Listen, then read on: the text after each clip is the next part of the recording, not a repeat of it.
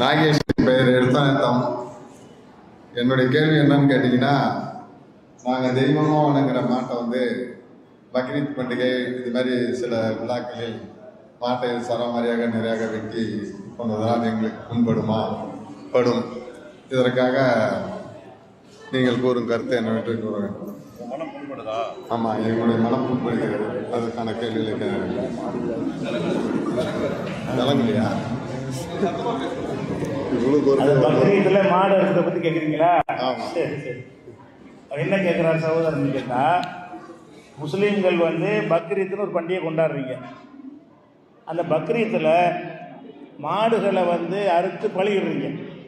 குர்பானியை சொல்கிறார், குர்பானின்னு கொடுப்பாங்கல்ல சொல்கிறார். மாடுகளை அறுத்து பலியிடுறீங்க. இந்த மாடுகளை நாங்கள் வந்து தெய்வம் மாதிரி நினைக்கிறோம். தெய்வம் மாதிரி நாங்கள் நினைச்சிருக்கோம். அந்த மாட்டை நீங்கள் பலியிட்டு எங்களை ஏன் புண்படுத்துறீங்கன்னு கேட்குறார்.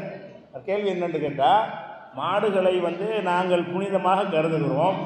அந்த புனிதமாக நாங்கள் கருதக்கூடிய ஒரு மாட்டை நீங்கள் பக்ரீத் பண்டிகைங்கிற பேரில் அறுத்து என்ன செய்கிறீங்க, நீங்கள் சாப்பிட்றீங்க, பலியிடுறீங்கும் போது நாங்கள் புனிதமாக கடவுள்னு நினைக்கக்கூடிய ஒன்றை அறுத்தா எங்களுக்கு வேதனையாக இருக்குமா இல்லையா அப்படிங்கிறது அந்த ஒரு கேள்வி. இந்த கேள்வியில் வந்து பல தவறான கருத்து உள்ள அடங்கியிருக்குது. முதலாவது என்னன்னு கேட்டால், இப்போ ஒருத்தர் தெய்வமாக மாட்டை நினைக்கிறான்னு சொல்கிறாங்க இல்லையா, தெய்வமாக நினைக்கிறாங்கன்னு. தெய்வமாக நினைக்கிறது வந்து இந்து மக்களில் எத்தனை சதவீதம் பேர் நினைக்கிறாங்க? மாட்டை தெய்வமாக நினைக்கக்கூடியவர்கள் இந்துக்களில் எவ்வளோ பேர் நினைக்கிறார்கள்? இந்துக்கள் அதிகமாக மாட்டு இறைச்சி சாப்பிடுகிறார்கள். இந்த கேரளாவிலலாம் எல்லா இந்துக்களும் மாட்டு இறைச்சி தான் சாப்பிடுவாங்க. தமிழ்நாட்டிலையும் பல பகுதிகளில் மாட்டு இறைச்சி சாப்பிடுவார்கள். அப்போ தெய்வமாக மதிக்கிறது யாருன்னு பார்த்தீங்கன்னு சொன்னால், ஒரு சின்ன ஒரு நம்பரில் உள்ளவங்க அவர் மதிக்கலாம். எல்லா இந்துக்களும் அதை அப்படி நினைக்கிறாங்களான்னு கேட்டால் நினைக்கல. நினைச்சா இந்துக்கள் இருக்கிற ஒரு பகுதியில் இப்படி மாட்டு இறைச்சி கடையெல்லாம் நடத்தப்படுது, மாட்டு இறைச்சி கடையை நடத்துகிறாங்க பார்க்குறோம். ஒரு விஷயம். இரண்டாவது விஷயம், சரி மாடு தெய்வங்கிறதுக்காக வேண்டி அறுக்கக்கூடாதுங்கிறீங்க. அறுக்கக்கூடாதுன்னு சொன்னால் அது அந்த பக்ரீத்தில் மட்டும்தானே அறுக்கக்கூடாது. தெய்வத்தை வேறு நாள் அறுக்கலாமா? தெய்வம்னு ஆக்கிட்டீங்க. அப்போ மாடு தெய்வம்னு ஆக்கிட்டீங்கன்னு சொன்னால் அந்த தெய்வத்தை வந்து என்றைக்கும் அறுக்கக்கூடாதுன்னு சொல்லணுமா இல்லையா? அதே மாதிரி வந்து அந்த மாட்டை வந்து இந்தியாக்காரனுக்கு தான் அறுக்கக்கூடாதுங்கிறாங்க. அதே நேரத்தில் வந்து அந்த மோடி தேர்தல் பிரச்சாரத்தில் சொன்னார். என்ன சொன்னார்? பீஃப் எக்ஸ்போர்ட்டுமே இந்தியா நம்பர் 1 அப்படின்றார். பீஃப்னா அந்த மாடை ஏற்றுமதி செய்வதில் நாம் தான் உலகத்தில் ஃபஸ்ட்டுங்கிறார். மாட்டுக்கறியை மாட்டை அறுத்து அதை இறைச்சியை ஆக்கி உலக நாடுகள், அரபு நாடுகள், மேற்கத்திய நாடுகளுக்கெல்லாம் சப்ளை பண்ணுறோம்ல, இந்த தொழில் பண்ணுறதுல நம்ம தான் உலகத்தில் டாப்புன்னு யார் சொல்கிறாரு? நம்ம நாட்டு பிரதமர் சொல்கிறார். அப்போ அந்த மாட்டை வந்து அறுத்து தெய்வத்தை அறுத்து நாங்கள் திங்கக்கூடாது. இந்த தெய்வத்தை வந்து அரபு நாட்டுக்காரன் திங்கலாமா? தெய்வத்தை வந்து ஐரோப்பிய நாட்டுக்காரன் திங்கலாமா? அங்கே அனுப்புறீங்களா? திங்கிறதுக்கு தான் அனுப்புறீங்க. மாட்டு இறைச்சியை வந்து ஏற்றுமதி பண்ண தடை செய்வீங்களா? மாட்டு இறைச்சி அறுக்கக்கூடாதுன்னு சொல்லக்கூடியவங்க அதில் உண்மையாளர்களாக தான் செய்யணும். மாட்டு இறைச்சியை நீங்கள் ஏற்றுமதியும் செய்யக்கூடாது, அறுக்கவும் கூடாது, எந்த வகையிலையும் பயன்படுத்தக்கூடாது என்று நீங்கள் சட்டம் கொண்டு வருவீங்களா? சட்டம் கொண்டு வந்தாங்க சில மாநிலங்களில். மாட்டு இறைச்சி அறுக்கக்கூடாதுன்னு சட்டம் கொண்டு வந்தாங்க. அந்த சட்டம் கொண்டு வந்தால் அது யாருக்கு பாதிப்பு? எங்களுக்கு முஸ்லீம்களுக்கு அது பாதிப்பா? பாதிப்பு இல்லை. ஏன் பாதிப்பு இல்லை? இந்த மாடை வந்து அறுத்து சாப்பிட்றது எல்லோரும் சாப்பிட்டாங்க. மாடை அதிகமாக வைத்திருப்பவர் யார்? இந்து விவசாயி தான். மாடுகளை அதிகமாக வைத்திருப்பவர், பராமரிக்கிறவர் யாருன்னு கேட்டால் இந்து மதத்தை சேர்ந்த விவசாயிகள்கிட்ட தானே மாடு இருக்கும். முஸ்லீம் கம்மியாக தான் இருப்பாங்க விவசாயம்லாம். இந்துக்கள் விவசாயிகள் தான் வச்சுருப்பாங்க. அந்த விவசாயிகள் வந்து அந்த மாடு திரகாத்திரமாக இருக்கும் பொழுது வண்டியில் பூட்டி பயன்படுத்துவாங்க, வயலில் இறக்கி உழுவதற்கு பயன்படுத்துவாங்க. அது தளர்ந்து போச்சுன்னு வைங்க, அது என்ன செய்வாங்க? அது இன்னுமே வண்டியில் பூட்ட முடியாது, கிரடு தட்டி போச்சு அப்படின்னு சொன்னால் அதை என்ன செய்கிறாங்கன்னு கேட்டால் இறைச்சிக்காக வேண்டி விற்பனை செய்வதற்கு அதை லாபமாக அடைஞ்சிக்கிறாங்க. இதை தடுத்தீங்கன்னு சொன்னால் யார் பாதிக்கப்படுவா? அந்த விவசாயி பாதிக்கப்படுவான். அவன் அந்த மாட்டுக்கு வந்து லாபம் கிடைக்கும் போது சாப்பாடு போடுவான். பால் கறக்கிற வரைக்கும் மாட்டுக்கு உணவு கொடுக்கறது ஓகே. மாட்டில் பால் இருந்து போச்சுன்னு சொன்னால் அவன் சாப்பாடை கஷ்டப்படும் பொழுது மாட்டையும் சேர்த்து கொடுக்க செய்வான் அவன். அப்போ என்ன செய்வாங்கன்னு கேட்டால், சில மாநிலங்கள் தடை போட்டாங்களா, மாடே இல்லாமல் போச்சு, எவனும் வளர்க்க மாட்டேங்கிறான். மாட்டை வாங்கினா லாஸு, நஷ்டம், நீ மாட்டை வளர்க்குவ, அப்புறம் சாப்பாடு போட முடியாமல் போயிடும், அதுக்கப்புறம் விற்கக்கூடாதுப்பாங்க, என்னத்துக்கு இந்த மாட்டை வாங்கணும், என்னதுக்கு வளர்க்கணும்னு சொல்லி விவசாயிகள் மாடு வளர்க்குறது நிப்பாட்டிட்டான்னு சொன்னால் நாட்டில் மாடே இல்லாமல் போயிடும். இவங்க மாட்டை காப்பாற்றுறதுக்கு சட்டம் கொண்டு வருவாங்கிறாங்க. சட்டம் வந்து மாட்டை இல்லாமல் ஆகுது. இந்த சட்டம் போட்டால் மாடு என்பது நம்ம வளர்த்தா தான் மாடுலாம் பெருகும். எந்த உயிரினம் பெருகதாக இருந்தாலும் சரி, மனிதன் வளர்க்கிற பொறுப்பை ஏற்றுக்கொண்டால் தான் பல்கி பெருகுங்க. இப்போ சிங்கம் புலிலாம் இருக்குது, அது எவ்வளோ இருக்குது? ஆடு மாடு அளவு இருக்கா? உலகத்தில் இத்தனை சிங்கம் இத்தனை புலி எண்ணி சொல்கிறாங்க. ஏன்? அதை நம்மளும் வளர்க்கலை, அதுவாக வளர விட்டின்னு அழிஞ்சு போயிருங்க. கோழி ஆடெல்லாம் எதுக்கு நிறைய வளருது? நம்ம வளர்க்குறோம், திங்க தேவை இருக்கிறதுனால அதுக்கு பல தீவனங்களை கொடுத்து உற்பத்தியாக்கி, பிராய்லர் கோழி, அந்த கோழி, இந்த கோழின்னு அதிகமாக உற்பத்தியை பெருக்க நம்ம ஆசைப்படுறோம். எதனால்? தேவை இருக்கிறதுனால, சாப்பிட்றதுனால. அப்போ நீங்கள் மாட்டை சாப்பிட்டா தான் மாடு வளரும், ஆட்டை சாப்பிட்டா தான் ஆடு உற்பத்தி ஆகும். நீங்கள் கோழியை சாப்பிட்டா தான் கோழி தானே அதிகமாக சாப்பிடப்படுது. கோழி உலகத்தில் ஜாஸ்தியாக இருக்கா, மயில் ஜாஸ்தியாக இருக்கா? சாப்பிடாத மயில் தானே அதிகமாக இருக்கணும். மயிலை யாராவது சாப்பிட்றாங்களா? காக்கா யாராவது சாப்பிட்றாங்களா? காக்கா பண்ணை எங்கேயாவது பார்த்துருக்குறீங்களா? கோழி பண்ணையை பார்க்குறீங்களா?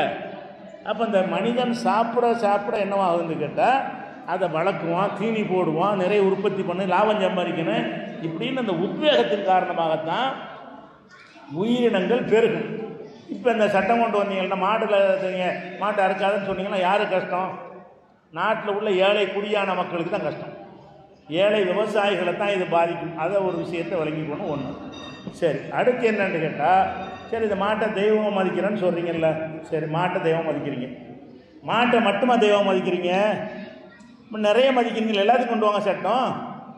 இப்போ சேவல் சாப்பிடலாமா? இப்போ சேவல் வந்து முருகனுடைய கொடியில் சேவல் கொடி போட்டிருக்குமே, முருகனுக்கு பேர் என்ன? சேவல் கொடியோன். சேவலை கொடியில் வைத்திருக்கக்கூடியவன் என்ன செய்கிறது? முருகன் வந்து சேவல் வந்து முருகனுடைய சின்னம்.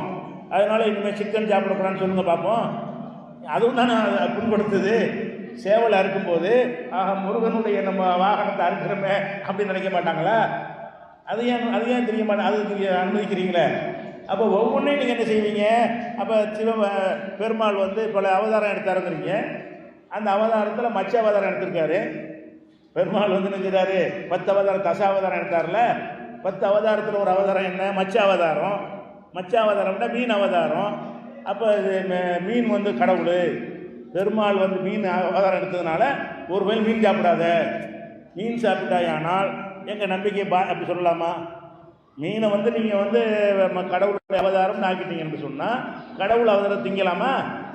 அப்போ நீங்கள் அதுக்கு கொண்டு வாங்க, நாளை சட்டம் கொண்டு வருவீங்க. இப்படி எப்படின்னு இதெல்லாம் இது ஒரு அறிவுபூர்வமான பேச்சா இது? நீங்கள் புனிதம் நினச்சிட்டு போங்க, நாங்கள் நினச்சிட்டு போயிட வேண்டியதுதான். அப்படி பார்க்கணுமே தவிர, நாங்கள் சில பேர் அதை புனிதமாக நினைக்கிறோம், நீங்கள் ஏன் சாப்பிட்றீங்கன்னு சொன்னால், உங்கள் வீட்டு மாட்டை களவாண்டு போய் திண்டா கேள்வி கேளுங்க. காசை கொடுத்து சந்தையில் முறைப்படி இந்திய சட்டப்படி விற்கிது, இந்திய சட்டப்படி காசு கொடுத்து வாங்குகிறோம், இந்திய சட்டப்படி அறுத்து திங்கிறோம். இதில் என்ன மத பிரச்சனையில் என்ன இருக்குது? ஒரு பிரச்சனையுமே இல்லை.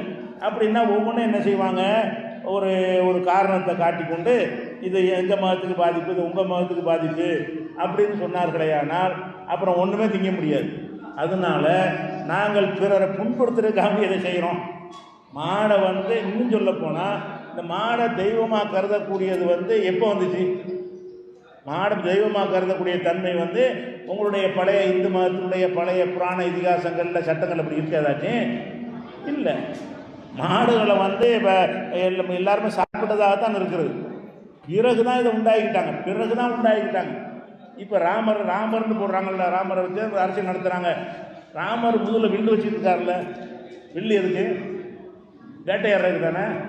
வேட்டை எதை ஆடுவாங்க? கத்திரிக்காயா உருளைக்கிழங்கையா? எதை வேட்டையாடுவாங்க? மிருகங்களை தானே வேட்டையாடுவாங்க. மானு முயல் அத்தனை வேட்டையாட போகிறாங்க. அப்போ அவங்க வேட்டையாடி சாப்பிட்டாருன்னு இப்போ நீங்கள் காட்டுறீங்க வேட்டைக்கு போனாரு. அப்போ முருகன் வேட்டையாட ஈட்டி வச்சுட்டு வேட்டையாடினார்னு சொல்கிறீங்களா? அவர் தானே வேட்டையாடி இருக்கிறாரு. அப்போ வந்து அந்த காலத்தில் வந்து எல்லாத்தையும் உணவாக தான் சாப்பிட்ருக்குறாங்க. இவங்க பின்னாடி தான் இதை கொண்டாந்து திணிக்கிறாங்க. இது வந்து மாடு பால் தருது, அதனால செய்வோம். அப்போ எருமை மாடு அதிக பால் தருது, அதை வணங்குங்கப்போ. எரும மாட்டுக்கு அந்த சட்டம் இல்லை. சாதா மாட்டை விட எரும மாட்டினால பால் ஜாஸ்தி கறக்கும்.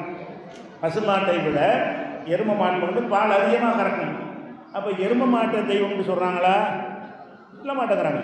அதனால உலகத்தில் உள்ள எல்லா உயிரினங்களுமே மனிதனின் நன்மைக்காக படைக்கப்பட்டு இருக்கிறது. அதில் வந்து எல்லாத்தையும் கலந்து நம்ம சாப்பிட்டா தான் சீரான முறையில் விலைவாசி இருக்கும். நீங்கள் இப்படி சட்டம் போட்டு ஆட்டை சாப்பிடாத, மாட்டை சாப்பிடாத, குதிரையை சாப்பிடாத, கோழி சாப்பிடாதுன்னு சொன்னீங்கன்னு சொன்னால், மீனை சாப்பிடாத அப்படி சொன்னீங்கன்னா என்ன ஆகும்? எல்லாமே சைவத்துக்கு திரும்பிடுவான். எல்லாம் சைவத்துக்கு தான் சாப்பிட வேண்டியிருக்கும். எல்லாம் சைவத்துக்கு திரும்பினா விலை ஏறி போயிடும். கத்திரிக்காய், உருளைக்கிழங்கு நான் எல்லாரும் அது போய் வாங்க ஆரம்பிச்சிடாங்கன்னா விலை ஏறி போயிடும்ல. இதை கொஞ்சம் பேர், அதை கொஞ்சம் பேர், அதை கொஞ்சம் பேர் வாங்கினா தான் விலைவாசி சீராக இருக்கும். அப்போ இதெல்லாம் விளங்காமல் என்ன செய்கிறாங்கன்னு கேட்டால், நாங்கள் மாட்டை புனித சண்டைக்காக வம்பு வளர்க்குறதுக்காக சொல்கிறாங்க. விளங்குதா? உண்மைக்கும் கிடையாது. அப்போ மாட்டு இறைச்சி வந்து தெய்வமாக கருதுவதாக சொல்வது வந்து தெய்வம் என்று அதை வந்து சொல்லக்கவே இல்லை. இதில் இந்து மதத்துடைய எந்த ஒரு சட்டங்கள்லையும் மாட்டை சாப்பிடக்கூடாது, அது பசு வதை அப்படின்னு சொல்லப்படவே இல்லை. பிந்தி தான் உண்டாக்குறாங்க. பிந்தி சுதந்திரத்துக்கு பிந்தி உண்டாக்குறாங்க. விவேகானந்தரை சொன்னார், எவன் மாடு சாப்பிடவில்லையோ அவன் இந்து அல்லன்றார். விவேகானந்தர் மேலே பெரிய இந்துவா? அப்போ விவேகானந்தர் என்ன செஞ்சார்? எவன் மாடு சாப்பிடலையோ அவன் இந்து அல்ல, இந்துன்னா மாடு சாப்பிடணுன்றார். அப்போ அப்படி இருக்கக்கூடிய நேரத்தில் வந்து நீங்கள் இப்போ புதுசாக என்ன செய்கிறதுன்னா, முஸ்லீம் மதத்தை பம்பு வளர்க்குறதுக்காக வேண்டி இப்படி ஒரு கான்செப்டை கொண்டு வந்து மாடு சாப்பிட்றாங்க, ஏன்னா மாடு சாப்பிடக்கூடாதுன்னு சொல்கிறீங்களே தவிர அதுக்கும் மதத்துக்கு எந்த சம்மந்தம் இல்லை. உலகம் பூரா அந்த உணவை தான் 95% பேர் வந்து இந்த உணவை தான் உட்கொள்ளக்கூடியவங்களாக இருக்கிறாங்க. அதனால் நாங்கள் மாட்டை அறுத்து சாப்பிட்றது வந்து அது ஒரு உணவு என்பதற்கு செய்கிறோமே தவிர யாரையும் புண்படுத்துவதற்கு நாங்கள் செய்கிறது இல்லை. உங்களை புண்படுத்துவதற்காக செய்கிறது, அதை வந்து என்ன செய்யணும், விளங்கி கொள்ள வேண்டும். அடுத்து